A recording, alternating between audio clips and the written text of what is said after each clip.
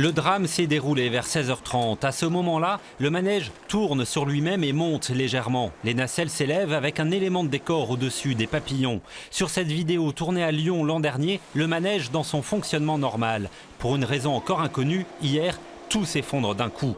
Les nacelles s'affaissent avec leurs passagers. Les papillons en métal partent dans tous les sens vers le public.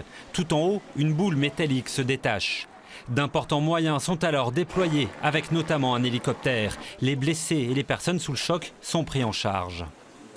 Le manège est monté de plus en plus haut et d'un coup il y a tout qu'à lâcher et c'est tombé et il y en a qui ont percuté le sol et après... Une personne a percuté le sol. Après il y a une nacelle qui s'est à moitié détachée et le manège s'est de suite arrêté. C'est le plus bas. Et du coup on a pu ensuite sortir de la nacelle quand le manège s'est arrêté.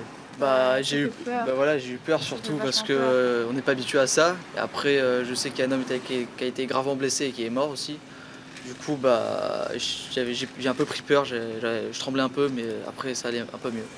Les gendarmes ont multiplié les relevés une bonne partie de la nuit avec un expert requis par le parquet. À Neuville-sur-Saône, d'autres témoins évoquent une mauvaise réputation de la structure avec des ceintures ou des barres de sécurité défectueuses.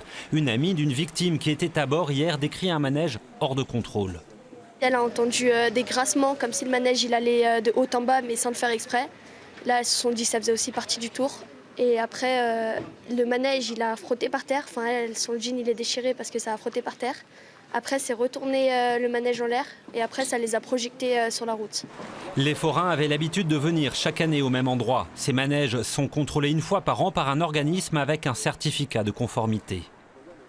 Il y a un registre, mais là, je ne suis pas tenue de demander ce registre. Mais dans la déclaration, bien sûr que la personne dit mon matériel est conforme et il est correctement installé.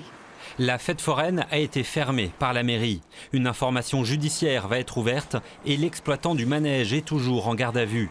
Une minute de silence sera observée mardi prochain sur les lieux.